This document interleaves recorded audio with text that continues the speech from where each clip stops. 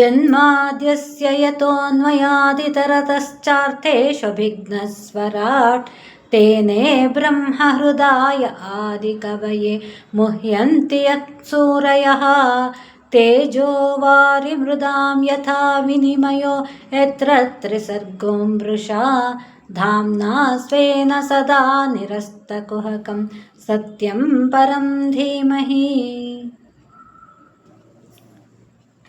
ಇದುವರೆಗೆ ಭಗವಂತ ತಿಳಿಸಿದಂತಹ ಭಕ್ತರು ಹೇಗಿದ್ದರು, ಯಾವ ನಿಜವಾದ ಭಕ್ತ, ನಿಜವಾದ ಭಕ್ತಿ ಅಂದ್ರೇನು, ನಿರ್ಗುಣ ಭಕ್ತಿ. ಯಾವಾಗ ನಮ್ಮ ಮನಸ್ಸು ಭಗವಂತನೊಬ್ಬನನ್ನು ಬಿಟ್ಟು ಬೇರೆ ಏನೂ ಬೇಡ ಅನ್ನೋಂತಹ ಸ್ಥಿತಿಗೆ ಬರುತ್ತೋ ಅಂತಹ ಭಕ್ತಿ ನಮಗೆ ಮುಕ್ತಿಯನ್ನೇ ದೊರಕಿಸಿಕೊಡುತ್ತೆ ಅಂತ ಭಗವಂತನ ವಾಣಿಯನ್ನು ಕೇಳಿದ್ವಿ. ಈಗ ಅಂತಹ ಮುಕ್ತಿಗಳು ಯಾವ್ಯಾವುದು ಅನ್ನೋದನ್ನು ಕಪಿಲ ಭಗವಂತನ ಮಾತೇನಿದೆ ಅನ್ನೋದನ್ನು ಗಮನಿಸೋಣ.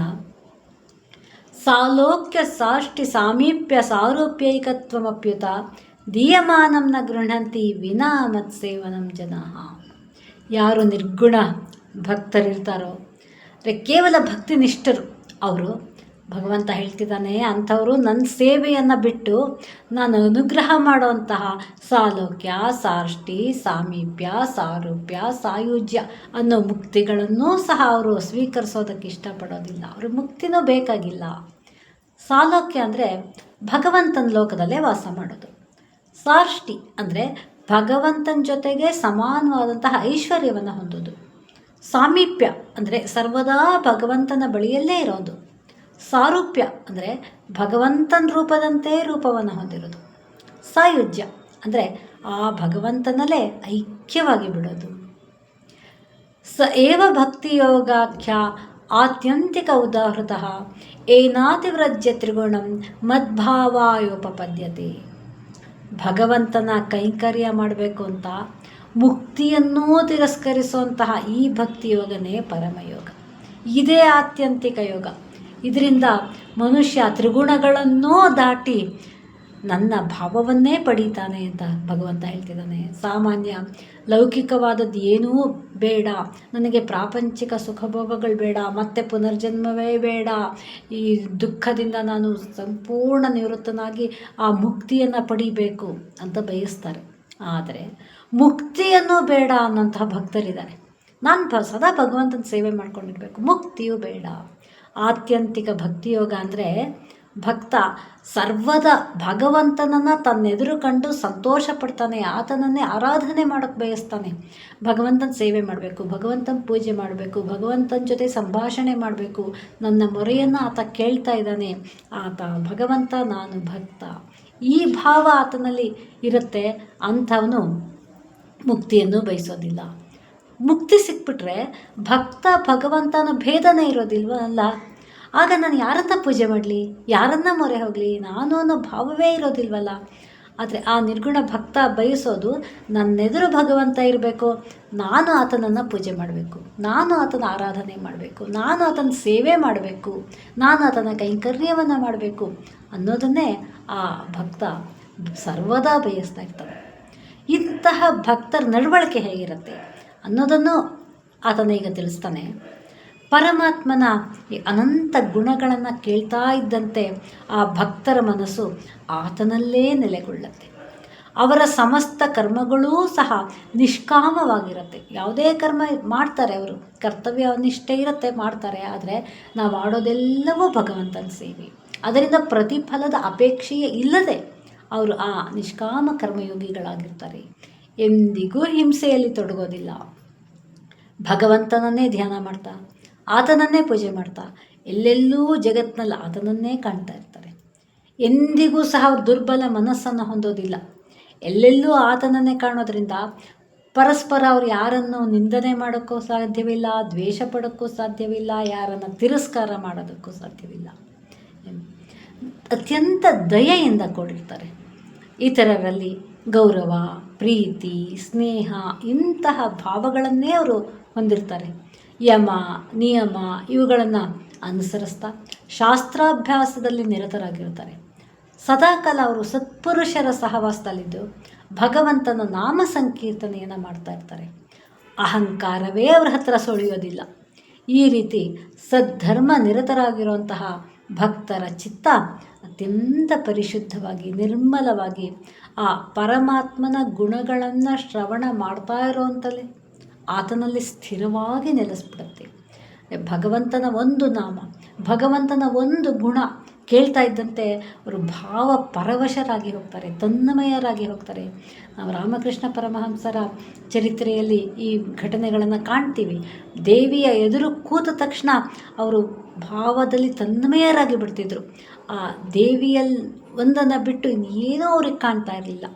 ಅಂತಹ ಒಂದು ದೃಢವಾದ ಭಕ್ತಿ ಅವರಲ್ಲಿತ್ತು. ಅದು ನಿಜವಾದ ಭಕ್ತಿ. ಅಹಂ ಸರ್ವೇಷು ಭೂತೇಷು ಭೂತಾತ್ಮಾವಸ್ಥಿತ ಸದಾ ತಮವಜ್ಞಾಯ ಮಾಮರ್ತ್ಯ ಕುರುತೇರ್ಚಾ ವಿಡಂಬನಂ.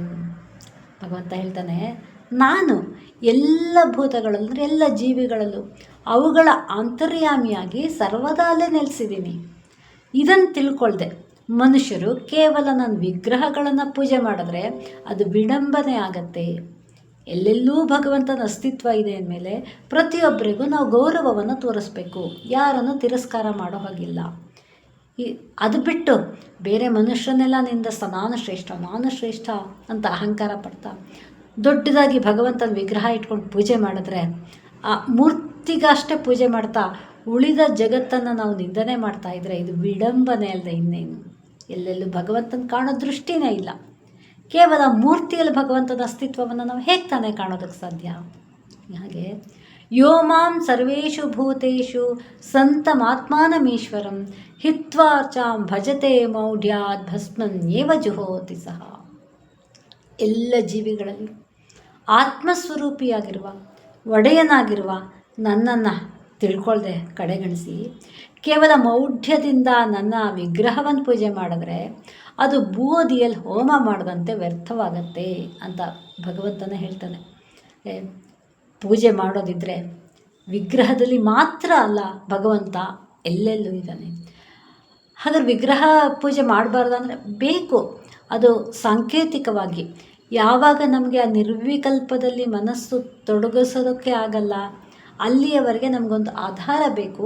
ಹಾಗಾಗಿ ಎದುರುಗಡೆ ವಿಗ್ರಹವನ್ನು ಇಟ್ಕೊಂಡು ಅದನ್ನು ನೋಡ್ತಾ ಮನಸ್ಸನ್ನು ಅದರಲ್ಲಿ ತನ್ಮಯಗೊಳಿಸ್ಕೊತಾ ಅದರಲ್ಲಿ ಏಕಾಗ್ರ ಚಿತ್ತವನ್ನು ಹೊಂದ್ತಾ ಪೂಜೆ ಮಾಡ್ತೀವಿ. ಇಲ್ಲಿ ಮಾತ್ರ ಇಲ್ಲ ಭಗವಂತ, ಈ ಮೂರ್ತಿಯಲ್ಲಿ ಮಾತ್ರ ಇಲ್ಲ, ಎಲ್ಲೆಲ್ಲೂ ಇದ್ದಾನೆ ಭಗವಂತ.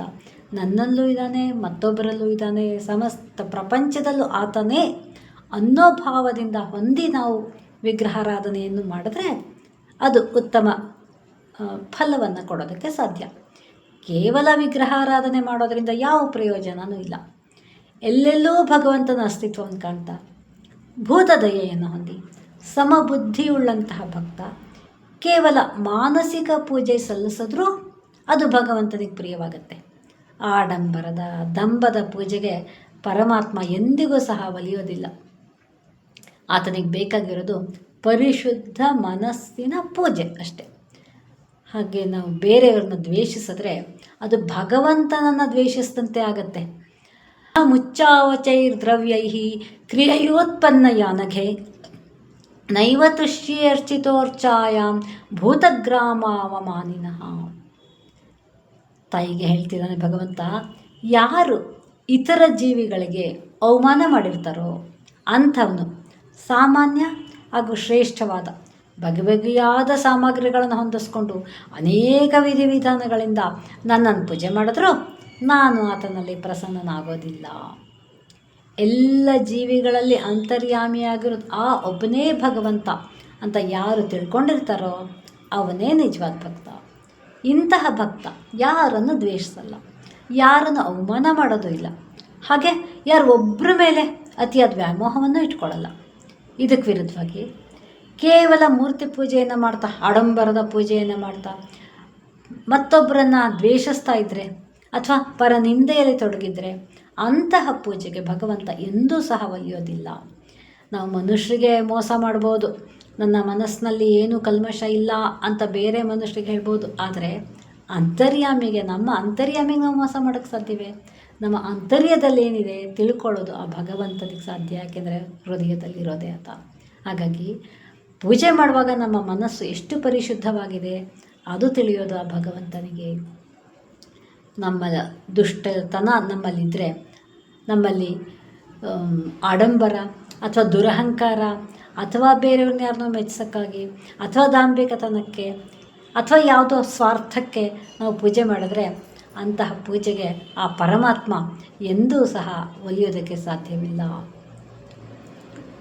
ಅದನ್ನು ಭಗವಂತ ತಾನೇ ಬಾಯಿಬಿಟ್ಟು ಹೇಳಿದ್ದಾನೆ, ದಾಂಭಿಕದ ಪೂಜೆ ಬೇಡ, ಸರಳವಾದ ಪರಿಶುದ್ಧ ಮನಸ್ಸಿನ ಪೂಜೆ ಸಾಕು ಅಂತ. ಅರ್ಚಾದ ವರ್ಚಯೇತ್ತಾವದೀಶ್ವರಂ ಮಾಂ ಸ್ವಕರ್ಮಕೃತ ಯಾವನ್ನ ವೇದ ಸ್ವಹೃದಿ ಸರ್ವಭೂತೇಶ್ವವಸ್ಥಿತಂ. ತನ್ನ ಹೃದಯದಲ್ಲೂ ಹಾಗೆ ಎಲ್ಲ ಜೀವಿಗಳಲ್ಲೂ ಅಂತರ್ಗತನಾಗಿರುವಂತಹ ಪರಮಾತ್ಮನ ಅನುಭವ ಆಗೋವರೆಗೂ ಮನುಷ್ಯ ತನ್ನ ವಿಹಿತ ಕರ್ಮಗಳನ್ನು ಅನುಷ್ಠಾನ ಮಾಡ್ತಾ ನನ್ನನ್ನು ವಿಗ್ರಹ ಮುಂತಾದವುಗಳಲ್ಲಿ ಪೂಜೆ ಮಾಡಬೇಕು. ವಿಗ್ರಹ ಪೂಜೆ ಬೇಡ ಅಂತ ಭಗವಂತ ಹೇಳಿಲ್ಲ. ಎಲ್ಲಿಯವರೆಗೆ ಎಲ್ಲೆಲ್ಲೂ ಭಗವಂತನ ಅಸ್ತಿತ್ವವನ್ನು ಕಾಣುವಂತಹ ಪರಿಪಕ್ವ ಸ್ಥಿತಿ ನಮಗುಂಟಾಗೋದಿಲ್ವೋ ಅಲ್ಲಿಯವರೆಗೆ ನಮಗೆ ಮೂರ್ತಿ ಪೂಜೆ ಅವಶ್ಯಕತೆ ಇದೆ. ನಾವು ಮೇಲೆ ಮಟ್ಟಕ್ಕೆ ಹೋಗ್ಬೇಕಾದ್ರೆ ಒಂದೊಂದೇ ಮೆಟ್ಲನ್ನು ಹತ್ಕೊಂಡು ಹೋಗಬೇಕು. ನಾವು 10ನೇ ಮೆಟ್ಲಿಗೆ ಹೋಗ್ಬೇಕಾದ್ರೆ 1ನೇ ಮೆಟ್ಲು ಇಟ್ಟು 2, 3 ಹಾಗೆ ಹೋಗಬೇಕೆ ಹೊರತು ಇದ್ದಕ್ಕಿದ್ದಂಗೆ 10ನೇ ಮೆಟ್ಲಿಗೆ ಹಾರಕ್ಕಾಗಲ್ಲ. ಹಾಗೆ ಆ ಉನ್ನತ ಸ್ಥಿತಿಗೆ ನಾವು ಹೋಗ್ಬೇಕಾದ್ರೆ ಒಂದೊಂದೇ ಹಂತಗಳನ್ನು ದಾಟ್ಕೊಂಡು ಹೋಗಬೇಕು. ಹಾಗೆ ಆ ಪರಿಪಕ್ವ ಸ್ಥಿತಿ ಬರೋವರೆಗೂ ನಮಗೆ ವಿಗ್ರಹ ಪೂಜೆ ಬೇಕು. ಆದರೆ ಆ ವಿಗ್ರಹ ಆರಾಧನೆ ಮಾಡುವಾಗ ನಮ್ಮ ಮನಸ್ಸು ಪರಿಶುದ್ಧವಾಗಿರಬೇಕು. ಈ ವಿಗ್ರಹದಲ್ಲಿ ಮಾತ್ರ ಭಗವಂತ ಇಲ್ಲ, ಎಲ್ಲೆಲ್ಲೂ ಆತ ಇದ್ದಾನೆ ಅನ್ನೋದ ತಿಳುವಳಿಕೆಯನ್ನು ಇಟ್ಕೊಂಡು ನಾವು ಪೂಜೆಯನ್ನು ಮಾಡಬೇಕು. ಎಲ್ಲರಲ್ಲೂ ಭಗವಂತನ ಕಾಣೋದು ಜ್ಞಾನದ ಪರಾಕಾಷ್ಠೆ. ಆ ಹಂತಕ್ಕೆ ತಲುಪೋವರೆಗೆ ನಿರಂತರವಾಗಿ ನಾವು ಸಾಧನೆಯನ್ನು ಮಾಡಬೇಕು. ಸಾಧನೆ ಹಂತದಲ್ಲಿ ಮೊದಲ ಸೋಪಾನ ಮೂರ್ತಿ ಪೂಜೆ ಇತ್ಯಾದಿ. ಇಷ್ಟ ದೇವತಾ ವಿಗ್ರಹವನ್ನು ನೋಡ್ತಾ ಅದರಲ್ಲೇ ಮನಸ್ಸನ್ನು ನಾವು ನೆಲೆಗೊಳಿಸಬೇಕು. ಶ್ರದ್ಧೆ ದೃಢವಾಗಬೇಕು, ಮನಸ್ಸು ಪರಿಶುದ್ಧವಾಗಬೇಕು. ಅಜ್ಞಾನವೆಲ್ಲ ಕಳೆದು ಜ್ಞಾನದ ಬೆಳಕು ಚಿತ್ತದಲ್ಲಿ ಆವಿರ್ಭವಿಸಬೇಕು. ಒಮ್ಮೆ ಜ್ಞಾನೋದಯ ಆದರೆ ಸಾಕು, ಆಗ ಅಂತಹ ಜ್ಞಾನಿ ಭಕ್ತ ಸಮಚಿತ್ತವನ್ನು ಹೊಂದ್ತಾನೆ. ಯಾರಲ್ಲೂ ಆತ ಭೇದವನ್ನು ಕಾಣೋದಿಲ್ಲ. ಆದರೆ ಯಾರು ಭೇದ ದೃಷ್ಟಿಯನ್ನು ಹೊಂದಿರ್ತಾನೋ ಆತನಿಗೆ ಮೃತ್ಯುವಿನ ಭಯ ತಪ್ಪಿದ್ದಲ್ಲ. ಆದ್ದರಿಂದ ಭಗವಂತನನ್ನು ಪ್ರೀತಿಸೋಕ್ಕೆ ಇಚ್ಛೆ ಪಡೋನು ಇತರ ಜೀವಿಗಳಲ್ಲೂ ಸಮಾನ ಭಾವನೆಯನ್ನಿಟ್ಟು ಮಿತ್ರತ್ವ ಭಾವದಿಂದ ದಾನ, ಸ್ನೇಹ ಇತ್ಯಾದಿಗಳಿಂದ ಬೇರೆಯವರನ್ನೂ ಸಹ ಸದಾ ನಾವು ಗೌರವಿಸುವಂತಹ ಗುಣವನ್ನು ಬೆಳೆಸ್ಕೋಬೇಕು. ಅನಂತ ಕೋಟಿ ಜೀವರಾಶಿಗಳು ಪರಮಾತ್ಮನಿಂದ ಸೃಷ್ಟಿಯಾಗಿವೆ. ಇವುಗಳಲ್ಲಿ ತನಗಿಂತ ಮೇಲಾದವರಲ್ಲಿ ನಾವು ಗೌರವವನ್ನು ಹೊಂದಬೇಕು, ತನಗೆ ಸಮಾನರಾದವರಲ್ಲಿ ಸ್ನೇಹವನ್ನು ಹೊಂದಿರಬೇಕು, ತನಗಿಂತ ಕಡಿಮೆ ಇರೋವರಲ್ಲಿ ದಾನವನ್ನು ಮಾಡಬೇಕು. ಎಲ್ಲರೂ ಜ್ಞಾನ ಸ್ವರೂಪ. ಅದರಿಂದ ಯಾರಲ್ಲೂ ಪರಸ್ಪರ ಭೇದವನ್ನೇ ಕಾಣದಂತಹ ಶುದ್ಧ ಜ್ಞಾನವನ್ನು ಬೆಳೆಸ್ಕೊಳ್ತಾ ಹೋಗಬೇಕು. ಹಾಗೆ ನಾವು ಬೇರೆಯವರಿಗೆ ದಾನ ಇತ್ಯಾದಿಗಳಿಂದ ಕೊಟ್ಟವರಿಗೆ ಗೌರವವನ್ನು ಸಲ್ಲಿಸುವಾಗ ಅವರೆಲ್ಲರೂ ಬ್ರಹ್ಮಸ್ವರೂಪವೇ. ಅದರಿಂದ ಅವ್ರಿಗೆ ಮಾಡೋ ಸತ್ಕಾರ ಎಲ್ಲವೂ ಪರಮಾತ್ಮನ ಪ್ರೀತಿಗಾಗಿ, ಪರಮಾತ್ಮನ ತೃಪ್ತಿಗಾಗಿ ಅನ್ನೋ ಭಾವದಿಂದ ನಡೆಸಿದಾಗಲೇ ಅದು ಸಾರ್ಥಕತೆಯನ್ನು ಪಡೆಯುತ್ತೆ. ಬಟ್ ನಾನು ಕೊಡೋನು, ನನಗೆ ಅಂತಸ್ತಿದೆ, ಆಸ್ತಿ ಇದೆ, ನಾ ಕೊಡ್ತೀನಿ ಅಂತ ಇಸ್ಕೊಳ್ಳೋರು ಕೆಳಮಟ್ಟದವರು, ಇಸ್ಕೊಳ್ಳೋರು ನೀಚರು, ನಾನು ಶ್ರೇಷ್ಠ ಅನ್ನೋ ಭಾವದಿಂದ ನಾವೇನಾದರೂ ದಾನವನ್ನು ಮಾಡಿದ್ರೆ ಅದಕ್ಕೆ ಯಾವ ಫಲವೂ ಸಿಗೋದಕ್ಕೆ ಸಾಧ್ಯವಿಲ್ಲ. ಜಡ ಚೇತನಗಳಲ್ಲಿ ಅಚೇತನಕ್ಕಿಂತ ಚೇತನ ಇರುವಂತಹ ಜೀವ ಶ್ರೇಷ್ಠವಾಗಿದೆ. ಹಾಗೆ ವೃಕ್ಷಾದಿಗಳು, ಪ್ರಾಣಿಗಳು ಹೀಗೆ ಮುಂದುವರಿತಾ ಮನುಷ್ಯ ತುಂಬ ಶ್ರೇಷ್ಠ ಅನಿಸಿದ್ದಾನೆ. ಅದರಲ್ಲೂ ಬ್ರಹ್ಮಜ್ಞಾನಿ ಶ್ರೇಷ್ಠತಮ ಅನ್ನಿಸ್ಕೊಂಡಿದ್ದಾನೆ. ವೇದಾರ್ಥಗಳನ್ನು ಯಾರು ತಿಳ್ಕೊಂಡಿದ್ದಾರೋ ಅವರಿಗಿಂತಲೂ ಸಂಶಯ ನಿವಾರಣೆ ಮಾಡೋರು ಶ್ರೇಷ್ಠ. ಅವ್ರಿಗಿಂತಲೂ ವರ್ಣಾಶ್ರಮ ಧರ್ಮಗಳನ್ನು ಸರಿಯಾದ ರೀತಿ ಪಾಲನೆ ಮಾಡೋರು ಶ್ರೇಷ್ಠ. ಅವ್ರಿಗಿಂತ ನಿಷ್ಕಾಮ ಕರ್ಮಗಳನ್ನು ಆಚರಣೆ ಮಾಡೋರು ಶ್ರೇಷ್ಠ. ಅವ್ರಿಗಿಂತ ಸಮಸ್ತ ಕರ್ಮಗಳನ್ನು ಅವುಗಳ ಫಲವನ್ನು ಭಗವಂತನಿಗೆ ಅರ್ಪಿಸಿ ಆತನನ್ನು ಯಾರು ಉಪಾಸನೆ ಮಾಡ್ತಾರೋ ಅವರು ಶ್ರೇಷ್ಠ. ಅವರೇ ಉತ್ತಮರು. ಹಾಗಾಗಿ ಉತ್ತಮತೆಯ ಕಡೆಗೆ ನಾವು ಹೋಗಬೇಕು ಅಂತಂದರೆ ನಮ್ಮ ವಿಹಿತ ಕರ್ಮವನ್ನು ನಾವು ಸರಿಯಾಗಿ ಮಾಡ್ತಾ ಆ ಕರ್ಮಗಳೆಲ್ಲವನ್ನು ಭಗವಂತನಿಗೆ ಅರ್ಪಿಸಿ ಯಾವ ಫಲದ ನಿರೀಕ್ಷೆಯೂ ನಮಗೆ ಇಲ್ಲದಂತೆ ನಾವು ಕೇವಲ ಕರ್ತವ್ಯ ಪ್ರಜ್ಞೆಯಿಂದಷ್ಟೇ ಕರ್ತವ್ಯವನ್ನು ಆಚರಿಸಬೇಕು. ಹಾಗೆ ಆಚರಿಸಿದಾಗಲೇ ಆ ಭಗವಂತನ ಒಂದು ದಿವ್ಯ ಸಾಕ್ಷಾತ್ಕಾರ ನಮಗೆ ಉಂಟಾಗೋದಕ್ಕೆ ಸಾಧ್ಯ. ಅದನ್ನು ಎಲ್ಲರೂ ಪಡೀಲಿ ಅನ್ನೋದಕ್ಕಾಗೆ ಭಗವಂತ ತನ್ನದೇ ವಾಣಿಯಿಂದ ಎಲ್ಲರಿಗೂ ಅರ್ಥವಾಗುವಂತೆ ಸುಲಭವಾದ ರೀತಿಯಲ್ಲಿ ಈ ರೀತಿಯಾಗಿ ಜ್ಞಾನವನ್ನು ನೀಡ್ತಾ ಬರ್ತಾ ಇದ್ದಾನೆ. ಆ ಜ್ಞಾನವನ್ನು ನಾವು ಸ್ವೀಕರಿಸಿ ಅರ್ಥ ಮಾಡಿಕೊಂಡು ನಮ್ಮೊಳಗೆ ಅದನ್ನ ಇಟ್ಕೊಂಡು ಮನನ ಮಾಡಿ ಅದನ್ನು ಅನುಷ್ಠಾನದಲ್ಲಿ ಇಟ್ಕೊಂಡ್ರೆ, ಅನುಷ್ಠಾನದಲ್ಲಿ ತಂದರೆ, ಸದಾ ಆ ಬುದ್ಧಿಯನ್ನು ಇಟ್ಕೊಂಡು ಸಮಚಿತ್ತರಾಗಿದ್ದರೆ ನಮ್ಮ ಏಳಿಗೆಗೆ ನಾವೇ ಕಾರಣರಾಗ್ತೀವಿ. ನಾವೆಲ್ಲರೂ ಆಗ ಭಗವಂತನ ಬಳಿಗೆ ಹೋಗೋದಕ್ಕೆ ಸಾಧ್ಯವಾಗುತ್ತೆ. ಭಗವಂತ ಮುಂದೆ ಏನು ಹೇಳ್ತಾನೆ ಮುಂದಿನ ಭಾಗದಲ್ಲಿ ಗಮನಿಸೋಣ. ಸರ್ವೇ ಭವಂತು ಸುಖಿನಃ ಸರ್ವೇ ಸಂತು ನಿರಾಮಯಾಃ ಸರ್ವೇ ಭದ್ರಾಣಿ ಪಶ್ಯಂತು ಮಾ ಕಶ್ಚಿತ್ ದುಃಖಭಾಗ್ ಭವೇತ್.